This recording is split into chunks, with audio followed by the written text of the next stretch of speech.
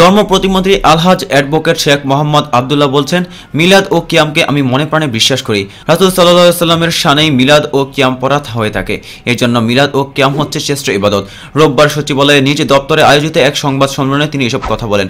ধর্ম প্রতিমন্ত্রী আরও বলেন, 1976 সালে টঙ্গীপাড়ায় বঙ্গবন্ধুর মাজারে অনেকে যেতে সাহস করেনি। সেই সময়ে আমি বঙ্গবন্ধুর মাজার জিয়ারত করে মিলাদ কিয়াম পড়েছি। মরহুম বঙ্গবন্ধুর রুহে মাগফিরাত কামনা করে মোনাজাত করেছি। প্রেস ব্রিফিংয়ে আরও উপস্থিত ছিলেন ধর্ম মন্ত্রণালয়ের সচিব মোহাম্মদ আনিসুর রহমান ও ইফার ডিজি। গত শুক্রবার বাইতুল মোকাররম জাতীয় মসজিদে ইফার প্রতিষ্ঠা বার্ষিকী উপলক্ষে দোয়া মাহফিল, মিলাদ ও কিয়াম সম্পর্কে বিরূপ মন্তব্য করেছেন কিনা এমন প্রশ্নের জবাবে ধর্মমন্ত্রী বলেন, আমার নামে ফেসবুকে এমন ডাহা মিথ্যা তথ্য ছড়িয়ে পড়েছে। আমাকে হেয় প্রতিপন্ন করার জন্য এমন মিথ্যা অপবাদ দেওয়া হয়েছে। আমি এর তীব্র প্রতিবাদ ও ধিক্কার জানাচ্ছি। এছাড়া খবরে আরও থাকছে, গৃহ বিবাদে লন্ডভন্ড জাতীয় পার্টি কি করতে যাচ্ছে এরশাদ? মানুষ ভোট প্রত্যাখ্যান করছে, এটা আওয়ামী লীগের অর্জন, বললেন রব। আবারও শুরু হয়েছে সংসদের প্রধান বিরোধী দল জাতীয় পার্টিকে চরম অস্থিরতা। দলটির সেই পুরনো গৃহ বিবাদ এখন তুঙ্গে। দলের নেতৃত্ব নিয়ে বিদ্যমান অভ্যন্তরীণ দ্বন্দ্ব বিবাদ ছড়িয়ে পড়েছে তৃণমূল পর্যায়ে। পার্টির কো চেয়ারম্যানের পদ থেকে নিজের সহোদর JM কাদেরকে অব্যাহতি দেওয়ার পর মাত্র 18 ঘন্টার মাথায় সংসদের বিরোধী দলের উপনেতা পদ থেকেও তাকে অব্যাহতি দিয়েছে দলটির চেয়ারম্যান ও বিরোধী দলের নেতা হুইস মোহাম্মদ এরশাদ। একই সাথে তিনি তার স্ত্রী বেগম রওশন এরশাদকে বিরোধী দলীয় উপনেতা হিসেবে মনোনীত করেন। এর মধ্য দিয়ে চাপায় সেই পুরনো গৃহ বিবাদ ফের চরম আকার ধারণ করেছে। গতকাল শনিবার বিকেলে গণমাধ্যমে পাঠানো এক সাংগঠনিক নির্দেশনায় এরশাদ কাদেরের অব্যাহতি ও রওশনের এ পুনর্নিয়োগের কথা জানান। এর আগে শুক্রবার মধ্যরাতে আরেক সাংগঠনিক নির্দেশনায় তিনি JM কাদেরকে কো চেয়ারম্যান পদ থেকে সরিয়ে দেন। একাদশ জাতীয় সংসদ নির্বাচনে আগ মুহূর্তে কোনো ধরনের সুনির্দিষ্ট কারণ ছাড়াই মহাসচিব পদ থেকে ABM রুহুল আমিন হাওলাদারকে বাদ দেওয়ার মধ্য দিয়ে এরশাদ জাপায় শুরু হয় অস্থিরতা। এই অস্থিরতায় নতুন মাত্রা পায় শুক্রবার মধ্যরাতের একটি প্রেস রিলিজকে কেন্দ্র করে। ওই রাতে জাতীয় পার্টির বনানী অফিস থেকে বিভিন্ন গণমাধ্যমে সাংগঠনিক নির্দেশ নামে যে প্রেস রিলিজ পাঠানো হয়, সেখানে জাতীয় পার্টির চেয়ারম্যান হোসেন মোহাম্মদ এরশাদ পার্টির কো চেয়ারম্যান পদ থেকে JM কাদেরকে অব্যাহতি দিয়েছেন বলে জানানো হয়। সাংগঠনিক নির্দেশনা এরশাদের উদ্ধৃতি দিয়ে আবারও জানানো হয়, ইতিপূর্বে এরশাদ তার ছোট ভাই JM কাদের পার্টির ভবিষ্যৎ উত্তরাধিকারী ঘোষণা করেছিলেন।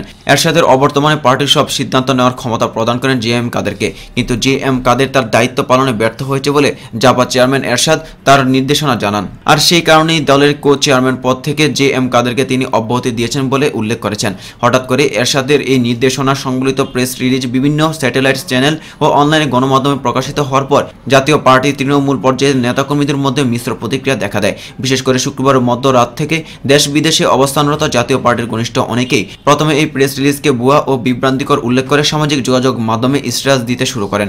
অনেকে আবার এই প্রেস রিলিজকে সঠিক উল্লেখ করে এর জন্য দলের অনেক নেতাকে দায়ী করেন। শনিবার জাতীয় পার্টির চেয়ারম্যান HM এরশাদ স্বাক্ষরিত এই সাংগঠনিক নির্দেশনা সংসদের বিরোধী দলীয় উপনেতার পদ থেকে JM কাদেরকে অপসারণ করে বলা হয়েছে, জাতীয় পার্টির চেয়ারম্যান, প্রধান বিরোধী দলীয় নেতা এবং পার্লামেন্টারি পার্টির চেয়ারম্যান হিসেবে আমি প্রধান বিরোধী দলের উপনেতার পদ থেকে গোলাম মোহাম্মদ কাদেরকে অপসারণ করছি।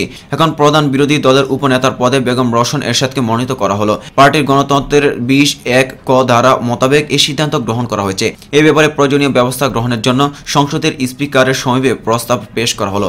এর আগে শুক্রবার রাতে এক সাংগঠনিক নির্দেশে তাকে জাতীয় পার্টির কো চেয়ারম্যান পদ থেকে অব্যাহতি দেন জাপা চেয়ারম্যান এরশাদ। ওই নির্দেশে তাকে দলের সাংগঠনিক দায়িত্বের থেকেও অব্যাহতি দেওয়া হয়। ওই সাংগঠনিক নির্দেশে বলা হয়, জাপার চেয়ারম্যান হিসেবে আমি এই মর্মে আমার পার্টির সর্বস্তরের নেতাকর্মী, সমর্থক, শুভানুদেয়ী এবং সংশ্লিষ্ট সকল মহলের জ্ঞাতার্থে জানাতে চাই, আমি ইতিপূর্বে ঘোষণা দিয়েছিলাম যে আমার অবর্তমানে পার্টির কো চেয়ারম্যান গোলাম মোহাম্মদ কাদের পার্টি পরিচালনার সার্বিক দায়িত্ব পালন করবেন এবং আমি এটাও আশা করেছিলাম যে পার্টির পরবর্তী জাতীয় কাউন্সিল তাকে চেয়ারম্যান নির্বাচিত করবে, কিন্তু পার্টির বর্তমান সার্বিক অবস্থা বিবেচনায় আমার ইতিপূর্বক সেই ঘোষণা প্রত্যাহার করে নিলাম।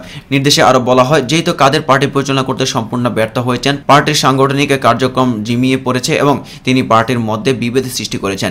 পার্টির সিনিয়র নেতারাও তার নেতৃত্ব সংগঠন করতে অপারগতা প্রকাশ করছেন। এমত অবস্থায় সংগঠনের স্বার্থে পার্টির সাংগঠনিক দায়িত্ব এবং কো চেয়ারম্যান পদ থেকে গোলাম মোহাম্মদ কাদেরকে অব্যাহতি দেওয়া হলো। তবে তিনি পার্টির প্রেসিডিয়াম পদে বহাল থাকবেন। যদিও শুক্রবার রাতে JM কাদেরকে দলের কো চেয়ারম্যানের পদ থেকে অব্যাহতি দেওয়ার পর তিনি সংসদে দলের উপনেতার পদে থাকবেন কিনা সেই বিষয়ে পার্টির সংসদীয় কমিটির বৈঠকে সিদ্ধান্ত নেওয়ার কথা জানিয়েছিলেন এরশাদ। তবে সংসদীয় কমিটির বৈঠকে নয়, JM কাদেরকে দল থেকে হটিয়ে দিতে এরশাদ একাই সিদ্ধান্ত নিয়েছেন।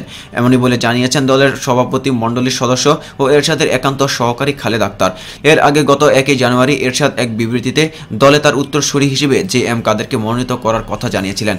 এরপর এরশাদের অনুপস্থিতিতে কাদের দায়িত্ব গ্রহণের পর রওশনপন্থী হিসেবে পরিচিত নেতারা নাখোশ মনোভাব দেখিয়েছেন বিভিন্ন সভায়। বিভিন্ন সাক্ষাৎকারে জে এম কাদেরও সেই শীতল সম্পর্কের আভাস দিয়েছিলেন। তার আগে 2016 সালেও ছোট ভাই কাদেরকে কোচ চেয়ারম্যান করলে দলের একটি অংশ ক্ষুব্ধ হয়ে ওঠে। পরে দলের সিনিয়র কোচ চেয়ারম্যানের পদ সৃষ্টি করে তাতে স্ত্রী রওশনকে বসান এরশাদ। তারও আগে এবিএম রুহুল আমিন হাওলাদারকে সরিয়ে জিয়াউদ্দিন আহমেদ বাবলুকে মহাসচিব করেছিলেন এরশাদ। রওশন সমর্থক হিসেবে পরিচিত বাবলুকে কটাক্ষ করে এক মন্তব্যের জন্য তখন একবার ভাই কাদেরকে সতর্ক করে নোটিশ পাঠিয়েছিলেন এরশাদ। দলের সিনিয়র কোচ চেয়ারম্যান রওশন এরশাদের সাথেও জে এম কাদেরের দ্বন্দ্ব অনেক পুরনো। একাদশ জাতীয় সংসদ নির্বাচনের পর দলের নীতি নির্ধারণ পর্যায়ে নানা বৈঠকে দুজন দ্বন্দ্বে জড়িয়ে পড়েন। এই দ্বন্দ্ব নিয়ে জানতে চাইলে খালেদ আক্তার সরাসরি উত্তর না দিয়ে বলেন, রওশন ম্যাডাম এখন দলে অ্যাক্টিভ আছেন। তিনি বলেন, স্যারকে ফ্রিলি রাজনীতি করতে দেওয়া হচ্ছে না। চাপের মুখে পড়েও তিনি এই সিদ্ধান্ত নিয়ে থাকতে পারেন। জে এম কাদের সম্পর্কে তিনি বলেন, যে ভাইয়ের পরিচয়ে তিনি পরিচিত হয়ে উঠলেন সেই ভাইকে এড়িয়ে যাওয়ার কোনো সুযোগ জে এম কাদের নেই। স্যার সম্পর্কে নানা সময় উল্টোপাল্টা কথাও তিনি বলেছেন।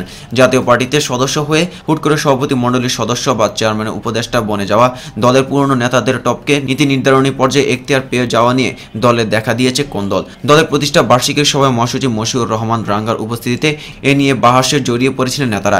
এছাড়া একাদশ জাতীয় সংসদ নির্বাচনের আগে 111-এর আলোচিত সেনা কর্মকর্তারা মাসুদ উদ্দিন চৌধুরীর দলে অন্তর্ভুক্ত নিয়েও নাটক কম হয়নি।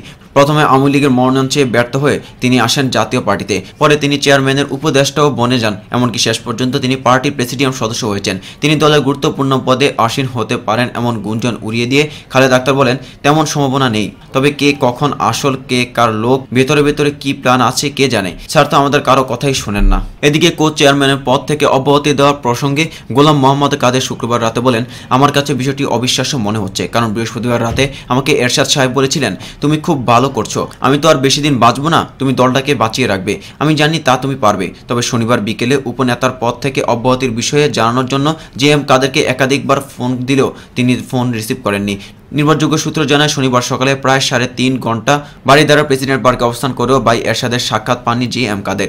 এ সময় জে এম কাদেরের সাথে মহাসচিব মশিউর রহমান রাঙ্গাও দীর্ঘক্ষণ অপেক্ষা করে এরশাদের সাক্ষাৎ না পেয়ে অনেকটা নিরাশ হয়ে ফিরে যান। জানা গেছে, একাদশ জাতীয় সংসদ নির্বাচনের আগ থেকে জাতীয় পার্টির সাংগঠনিক অবস্থা এক প্রকার লেজে গোবরে অবস্থা ছিল। বিশেষ করে জাতীয় সংসদ নির্বাচনের আগ মুহূর্তে দলের কয়েকজন শীর্ষ নেতার বিরুদ্ধে মনোনয়ন বাণিজ্যের অভিযোগ ওটাকে কেন্দ্র করে জাপায় ছিল অস্থিরতা। নির্বাচনের আগ মুহূর্তে দলের দীর্ঘদিনের হিসেবে পরিচিত মহাসচিব এবিএম রুহুল আমিন হাওলাদারকে বাদ দিয়ে অনেকটাই তাড়াহুড়া করে মশিউর রহমান রাঙ্গাকে মহাসচিব মনোনীত করেন। জোটগতভাবে নির্বাচন করেও আওয়ামী লীগের কাছ থেকে আশানুরূপ আসন না পাওয়া দলের 46 থেকে 24টি আসন নেমে আসা দলের মহাসচিব এবিএম রুহুল আমিন হাওলাদার সহ দশম জাতীয় সংসদ এমপি হওয়া অনেকেই একাদশ জাতীয় সংসদ নির্বাচনে মহাজোটের মনোনয়ন না পাওয়া, নির্বাচন অংশগ্রহণকারী প্রার্থীদের খোঁজখবর না নেওয়া সহ নানা কারণে নির্বাচনের পর থেকে দলের সাংগঠনিক অবস্থা একেবারেই নড়বড়ে হয়ে ওঠে।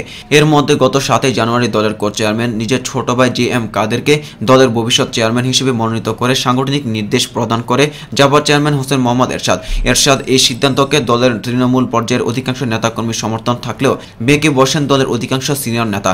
তারা এরশাদের এই সিদ্ধান্তের বিরুদ্ধে অবস্থান নিয়ে মশিউর রহমান রাঙ্গার পাশাপাশি প্রকাশ্যে জে এম কাদেরের বিরোধিতা শুরু করেন। পার্টির জে এম কাদের সমর্থকদের অভিযোগ, ওই সিনিয়র নেতারা এরশাদকে ভুল বুঝিয়ে জে এম কাদেরকে পার্টির কোচ চেয়ারম্যান ও সংসদের উপনেতার পদ থেকে অব্যাহতি দিতে এরশাদকে বাধ্য করেছেন। এ বিষয়ে দলের প্রেসিডিয়াম সদস্য কাজী ফিরোজ রশিদ এমপি বলেন, কে কোন পদে থাকবেন এটা এরশাদ সাহেব ভালো বলতে পারবেন, কেন তাকে সরিয়ে দেওয়া হলো সেটা এরশাদ সাহেব ভালো জানেন। তবে তিনি জি এম কাদেরকে আলোচনা করে বলেন, তিনি কোনো রাজনৈতিক ব্যক্তিত্ব নয়, পার্টি কোনো নেতার সাথে দেখা করবে না, কথা বলবে না, তাহলে রাজনীতি কিভাবে হয়? নির্বাচনের আগে বা পরে একবারও নেতাকর্মীদের সাথে বসেননি তিনি। জাতীয় সমাজতান্ত্রিক দল জেএসজি সভাপতি আসমা আব্দুর রব বলছেন, আন্দোলন কখনো হারিয়ে যায়নি বা বেসে যায় না, বরং কালের অবর্তনে আন্দোলন পুঞ্জীভূত হয়, আরও শক্তি নিয়ে জোরালো হয়। তিনি বলেন, 30 ডিসেম্বর গণতন্ত্র নিহত হয়েছে আর আহত হয়েছে এই দেশের 16 কোটি জনগণ। এরই ধারাবাহিকতায় ডাকসু উপজেলা আর ঢাকা সিটি উত্তর নির্বাচনে ভোট আছে, ভোটার নেই। দেশের মানুষ ভোটকে প্রত্যাখ্যান করেছে, এটাই আওয়ামী লীগের বড় অর্জন বলে তিনি মন্তব্য করেন। রোববার বিকেলে কাকরাইলস্থ ডিপ্লোমা ইঞ্জিনিয়ার্স ইনস্টিটিউট মিলনায়তনে বিএনপির সাবেক মহাসচিব কে এম ওবায়দুর রহমান শোক সভায় বিশেষ অতিথির বক্তব্যে তিনি এসব কথা বলেন। কে এম ওবায়দুর রহমানের স্মৃতি সংসদের সভাপতি টি এম গিয়াসুদ্দিন শামসুদ্দিনের সভাপতিত্বে শোকসভায় প্রধান অতিথির বক্তব্য রাখেন বিএনপির মহাসচিব মির্জা ফখরুল ইসলাম আলমগীর। আসম আব্দুর রব আরও বলেন, মুক্তিযুদ্ধের ইতিহাস শুধু দলীয়করণ আর পারিবারিকরণ হয়নি, এই ইতিহাস আজ ব্যক্তিকরণ হয়েছে।